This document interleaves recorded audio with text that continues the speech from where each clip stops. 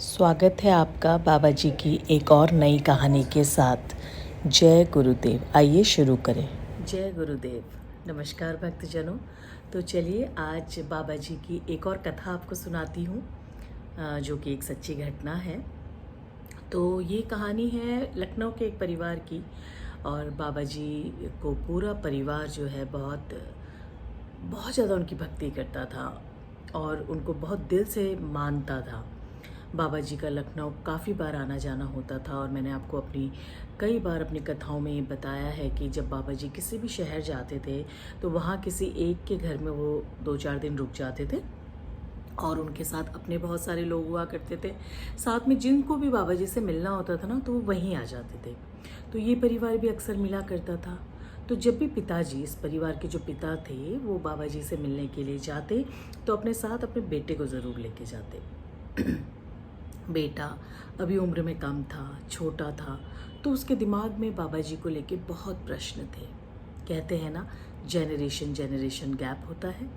तो वही वो सोचता था कि भक्ति ठीक है, सब कुछ ठीक है, लेकिन बाबा जी में ऐसा क्या है कि इतने लोग खिंचे आते हैं। तो अपने सारे प्रश्नों के साथ, और बाबा जी को तो आप जानते हैं कि जब भी वो उस बालक को देखते सब कुछ समझ जाते और मंद मंद उसको देख के मुस्कुराते और थोड़ी बहुत उससे बातें भी करते। तो एक बार क्या हुआ कि सारा का सारा परिवार जो है कैची धाम गया बाबा जी के दर्शन करने के लिए। जब वहाँ कैची धाम में बैठे तो बाबा जी ने कहा, और भाई कैसे हो, जैसे वो हालचाल पूछा करते थे, खिलाया पिलाया, थोड़ी बहुत बातें की। तो तभी जो है बच्चा बोल उठा कि जय गुरुदेव बाबा जी, मेरा आपसे ना कुछ प्रश्न है। हाँ बेटा पूछो, कोई बात नहीं, पूछो, क्या बात है। कहा कि मैं जो हूँ अभी 10वीं की परीक्षा दे के आया हूँ, और मुझे ना मेरा रिज़ल्ट बता दीजिए। देख रहे हैं आप, एक नन्हे बच्चे का हट, एक नन्हे बच्चे की रिज़ल्ट जानने की चाहत। तो बाबा जी ने ना बड़े ही बहुत स्वाभाविक तरीके से, बड़े ही सरलता के साथ कह दिया, तू फेल हो जाएगा बेटा। बेचारा बच्चा एकदम से निराश हुआ, क्योंकि उसने बाबा जी की सारी कथाएं, सारे चमत्कारों के बारे में सुन रखा था। तो थोड़ा तो उसका विश्वास डोला, थोड़ा तो वो घबरा गया, और उसने कहा कहीं बाबा जी की बात सच हो गई तो। उदास होके यहाँ वहाँ घूमने लगा मंदिर के परिसर में, और फिर जो है थोड़ी देर बाद फिर आ गया, फिर बाबा जी के आगे बैठ गया। बाबा जी ने कहा अब क्या है, फिर कुछ पूछना चाहता है। तो उस बालक ने कहा, हाँ बाबा जी, मेरे 10वीं का रिज़ल्ट बता दीजिए। तो बाबा जी ने कहा, जा तू पास हो जाएगा। बस अब तो उसका विश्वास और ज़्यादा डोल गया। उसने कहा यही बाबा जी है, यही स्थान है, और पहले मैंने पूछा तो इन्होंने कहा कि तू फेल हो जाएगा, और अब कह रहे हैं कि तू पास हो जाएगा। इसका मतलब मैं ठीक था, बाबा जी में वो शक्तियाँ नहीं है, ऐसी कोई बात नहीं है। और ऐसा कहकर अल्लड़पने के साथ जो है वो अपने परिवार के साथ अपने घर वापस आ गया। कुछ समय बाद उसके 10वीं का रिज़ल्ट आया, और वो सचमुच फेल हो गया। परेशान हुआ, रोया, लेकिन परिवार वालों को बाबा जी की बातों पे विश्वास था, और उन्होंने कहा देख बाबा जी ने पहले ही कह दिया था, इसलिए हम मानसिक रूप से तैयार थे, तो कोई बात नहीं, कंपार्टमेंट दे, और कंपार्टमेंट दे के देखते हैं तू कैसा करता है। एक ही सब्जेक्ट में की वजह से तो फेल हुआ है ना। लेकिन वो एग्ज़ाम देने को तैयार नहीं।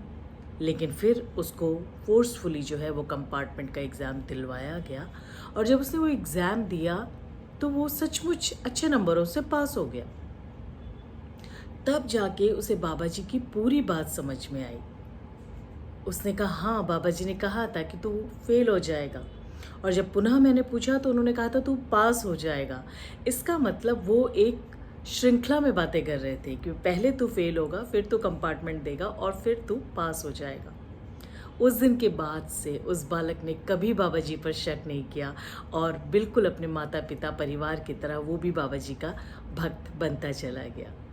तो इस तरह से जिन लोगों को ये सौभाग्य प्राप्त हुआ कि वो सीधे तरीके से, मतलब सीधे सीधे बाबा जी को देख के उनसे बातें कर पाए, वो बहुत धन्य थे।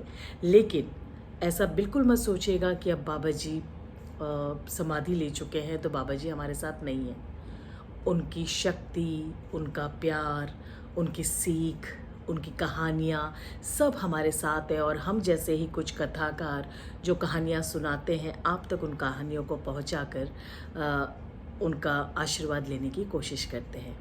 तो फिलहाल आपसे विदा लेती हूँ। बहुत जल्दी फिर एक और कथा के साथ आपसे मुलाकात होगी। तब तक के लिए चलिए मेरे साथ बोलिए जय श्री राम, जय श्री राम, जय श्री राम, जय हनुमान, जय गुरुदेव, जय सिद्धि माँ। और हाँ, हर मंगलवार और शनिवार को ज़रूर से सुंदरकांड का पाठ करिएगा। चलती हूँ, नमस्कार। अगर अभी तक आपने मेरे चैनल को सब्सक्राइब नहीं किया है तो प्लीज़ ज़रूर सब्सक्राइब करिएगा और बेल आइकन दबाना मत भूलिएगा। जय गुरुदेव।